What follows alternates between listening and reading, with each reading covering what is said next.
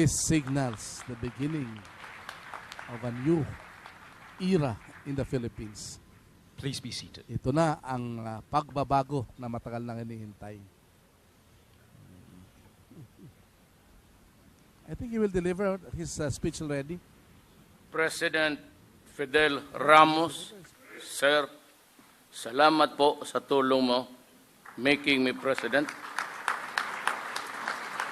President Joseph Ejercito Estrada, Senate President Franklin Drilon, and the members of the Senate, Speaker Feliciano Belmonte, and the members of the House of Representatives, Chief Justice Maria Lourdes Sereno, and Associate Justices of the Supreme Court, His Excellency Giuseppe Pinto, and the members of the Diplomatic Corps, incoming members of the Cabinet, fellow workers in government, my fellow countrymen.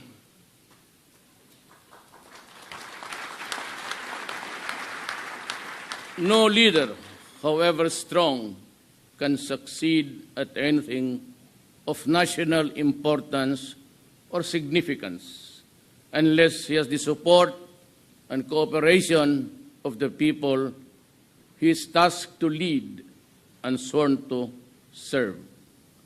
It is the people from whom democratic governments draw strength, and this administration is no exception.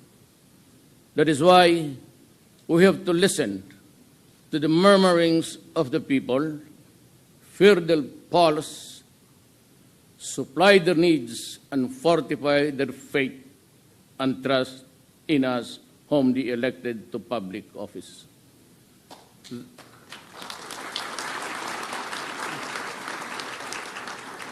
There are many amongst us who advance the assessment that the problems that bedevil our country today, which need to be addressed with urgency, are corruption, both in the high and low echelons of government, criminality in the streets, and the rampant sale of illegal drugs in all strata of Philippine society, and the breakdown of law and order, true but not absolutely so. For I say these ills are mere symptoms of a virulent social disease that creeps and cuts into the moral fiber of Philippine society. I sense a problem deeper and more serious than any of those mentioned or all of them put together. But of course, it is not to say that we will ignore them, because they have to be stopped by all means that the law allows. Erosion of faith and trust in government, that is the real problem that confronts us. Resulting therefrom, I see the erosion of the people's trust in our country's leaders, the erosion of faith in our judicial system, the erosion of confidence in the capacity of our public servants to make the people's lives better, safer, and healthier.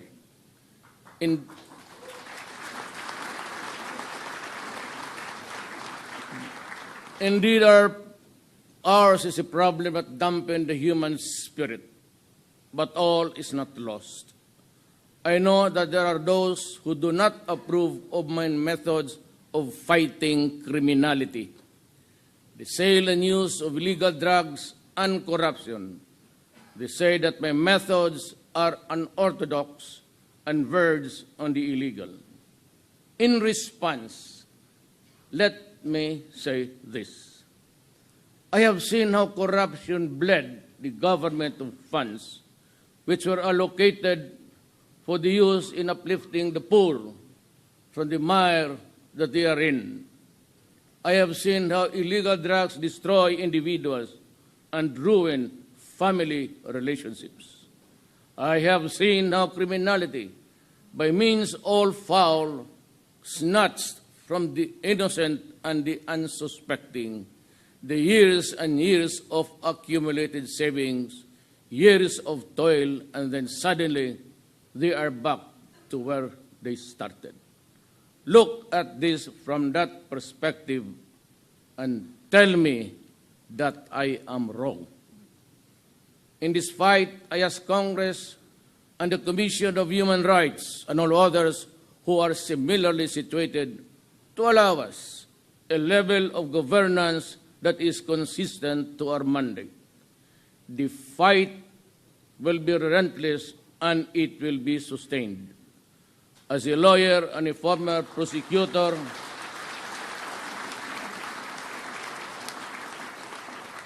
I know the limits of the power and authority of the President. I know what is legal and what is not. My adherence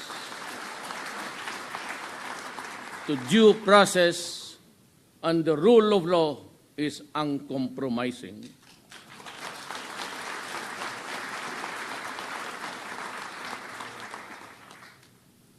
You mind your work, and I will mind mine.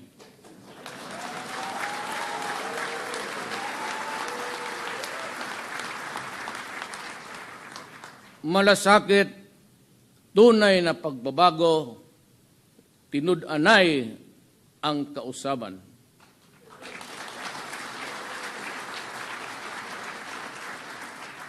These are the words which catapulted me to the presidency. The slogans were conceptualized not for the sole purpose of securing the votes of the electorate. Tinud-anay ang kabaguhan, mao kani ang tumong sa atong gobyerno.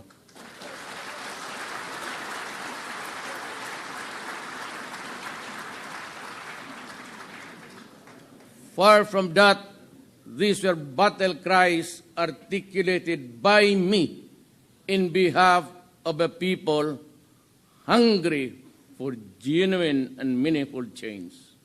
But that change, if it is to be permanent and significant, must start with us and in us.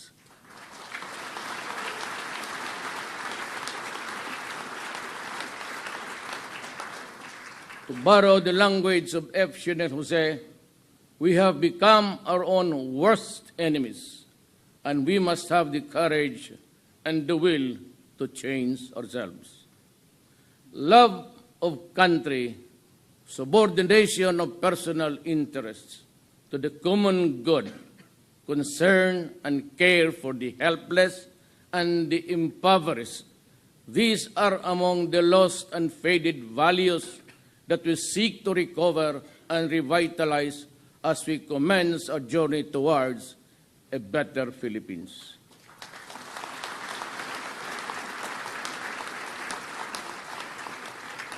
The ride will be rough, but come and join me just the same. Together, shoulder to shoulder, let us take the first wobbly steps in this quest. There are two quotations from revered figures that shall serve as the foundation upon which this administration shall be built. The test of government is not whether we add more to the abundance of those who have much. It is whether we provide for those who have little, says Roosevelt.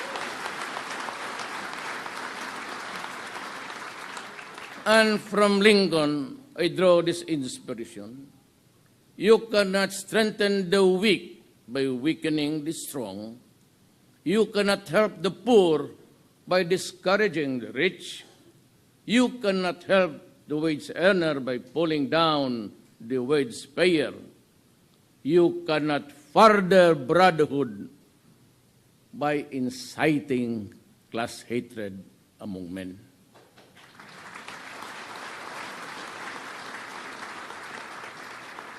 My economic and financial political policies are contained in those quotations, though couched in general terms, read between the lines. I need not go to specifics now. They shall be supplied to you in due time. However, there are certain policies and specifics of which cannot help wait for tomorrow to be announced. Therefore, I direct all department secretaries and the heads of agencies to reduce requirements and the processing time of all applications from the submission to release. I order all department secretaries and heads of agencies to remove redundant requirements, and compliance with one department or agency shall be accepted as sufficient for all. I order all department secretaries and heads of agencies to refrain from changing and bending the rules of government contracts, transactions, and projects already approved and awaiting implementation. Changing the rules when the game is ongoing is wrong. I abhor secrecy and instead advocate transparency in all government contracts, projects, and business transactions, from submission of proposals to negotiation to perfection and finally to consummation. Do them, and we will work together. Do not do them, we will part sooner than later.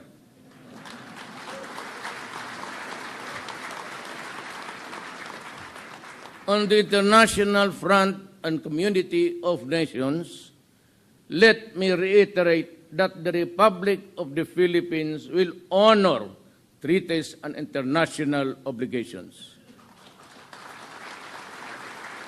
On the domestic front, my administration is committed to implement all signed peace agreements in step with constitutional and legal reforms.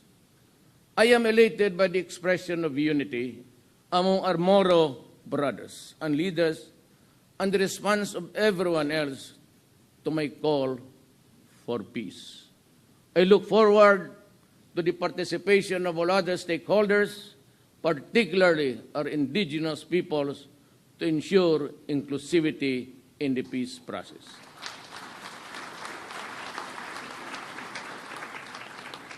Let me remind, in the end of this talk, that I was elected to the presidency to serve the entire country. I was not elected to serve the interest of any person or any group or any one class. I serve everyone and not only one.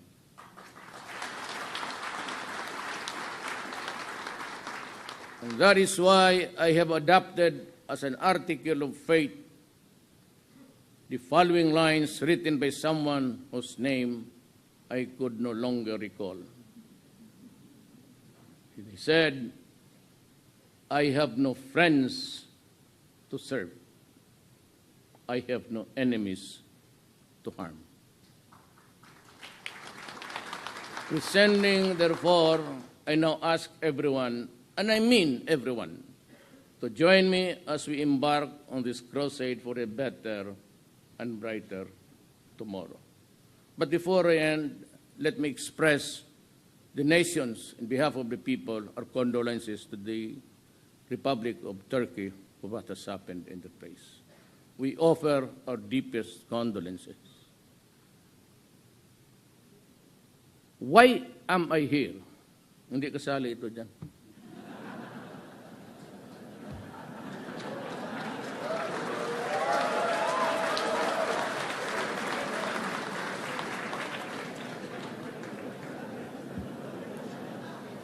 The past tense was, I am here because I love my country and I love the people of the Philippines. I am here, why? because I am ready to start my work for the nation. Thank you and good afternoon.